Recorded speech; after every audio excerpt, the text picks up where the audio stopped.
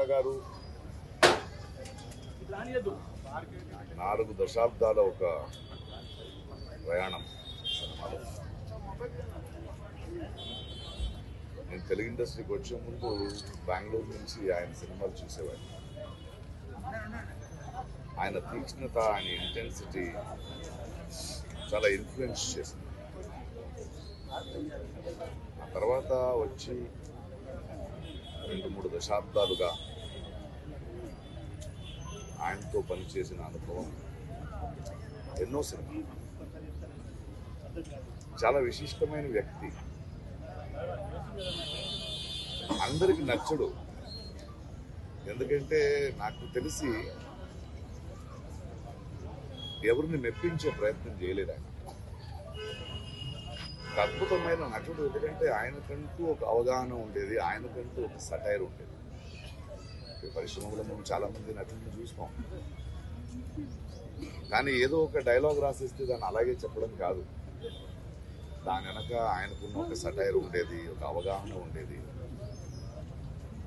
ఆయనది ఒక ప్రెజెన్స్ నాకు చాలా నచ్చేది. ఎవరిని వదిలిపెట్టడు. ఎలాంటి మనిషి అంటే, అనయ్య అంబేద్కర్ని సినిమా రిలీజ్ అయ్యింది, ఎందుకో జనాలు చూడట్లేదు అంటే, ఏం లేదు ప్రకాష్, అది ముందు అంబేద్కర్ ఒక కట్అవుట్ పెట్టారు, ఆయన అక్కడెక్కడో చేయి చూపిస్తుంటే అక్కడ వెళ్ళిపోయారు అంటే ఎటకారం కాదు. అది అలాంటి మంచి సినిమా చూడరు అనే ఒక ఆవేదన ఆయనలో ఉండేది. ఆయన నిరంతరంగా ఆయనలో చూసింది నేను తెలుగు భాష, తెలుగు నటులు, తెలుగు ప్రతిభలకి అంత పెద్ద ఎత్తున ఛాన్స్ దొరకట్లేదు. కొందరికి అది ఫుల్ అనిపించేది, బట్ ఆయన ఆవేదన చాలా నిజమైందని నాకు అనిపించింది. ఒకసారి ఎవరో అడిగారు, ప్రకాష్ రాజ్ గారు పరభాష నటుడు కాదంటే, కాదండి, బట్ ఆయన తెలుగు నేర్చుకున్నాడు కదా, మనోడు అయిపోయాడు కదా. ఆయనకు అదొకటి ఉండేది. అంటే నా భాషను తప్పుగా ఎవరో పలికిస్తారు, అనవసరంగా మన అవకాశాలను తీసుకెళ్ళిపోతారు అనేది చాలా నచ్చింది. ఆయనది సెటార్లు నా మీద కూడా వేసేవాడిని.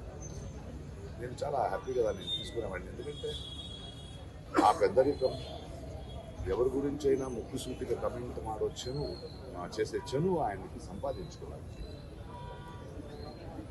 పోయిన సంవత్సరం షూటింగ్లో నేను, ఆలీ, బ్రహ్మానందం, అమ్మాజీ మనమందరూ ఉన్నప్పుడు నాకు ఎందుకో ఆయన చాలా గుర్తొచ్చి, ఎక్కడ తోటగారు లేదు, ఈ మధ్య ఆయనకు ఒంట్లో బాగాలేదు, కొన్ని రోజులు సినిమా చేయట్లేదంటే నేను ఫోన్ చేశాను. అయ్యా ఏం చేస్తుంది మా ప్రకాష్ చెప్పు. అలా కాదు, ఒంట్లో బాగాలేదన్నారు, షూటింగ్ లేదన్నారు, ఇంట్లో ఏం చేస్తున్నారు, బండి పంపిస్తాను రండి అన్న. ప్రొడక్షన్ నుంచి బండి పంపించాను. ఆయన వచ్చి సరదాగా ఆయన మన సెట్లో కూర్చొని మాట్లాడుతూ బ్రహ్మానందంగా అందరితో మాట్లాడి ఆనందం చూశాను. ఈవినింగ్ వెళ్ళాడు. ఆ తర్వాత కూడా 2-3 సార్లు నేను ఏదో అవసరం ఉన్నప్పుడు ఫోన్ చేస్తే మాట్లాడేవాడిని. అద్భుతమైన తెలుగు సినిమా, తెలుగు జాతి గర్వించదగ్గ కళాకారుడు. ఆయన చేయాల్సింది, ఆయన పాత్రలు మనం మర్చిపోలేము, ఆయన సెటైర్లు మర్చిపోలేము.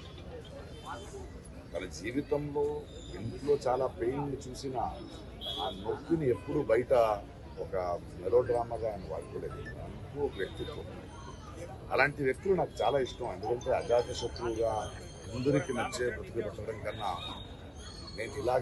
నేను ముక్కుసూటిగా మాట్లాడతాను, ఎవరైనా పట్టించుకోను అనే ఒక వ్యక్తిత్వం ఉంది కదా, అది చాలా అరుదు. అలాంటి ఒక అద్భుతమైన వ్యక్తి, అద్భుతమైన కళాకారుడు. We're going to miss him. But ఆయన మన తెలుగు పరిశ్రమకి, ప్రేక్షకులకి ఇచ్చిన అద్భుతమైన పాత్రలు, ఆ మూలంగా ఆయన చేసిన పనులు, ఆయన చెప్పిన కథలు ఎప్పుడూ గుర్తుంటాయి. థ్యాంక్ యూ పుట్టా గారు ఫర్ ఎవ్రీథింగ్.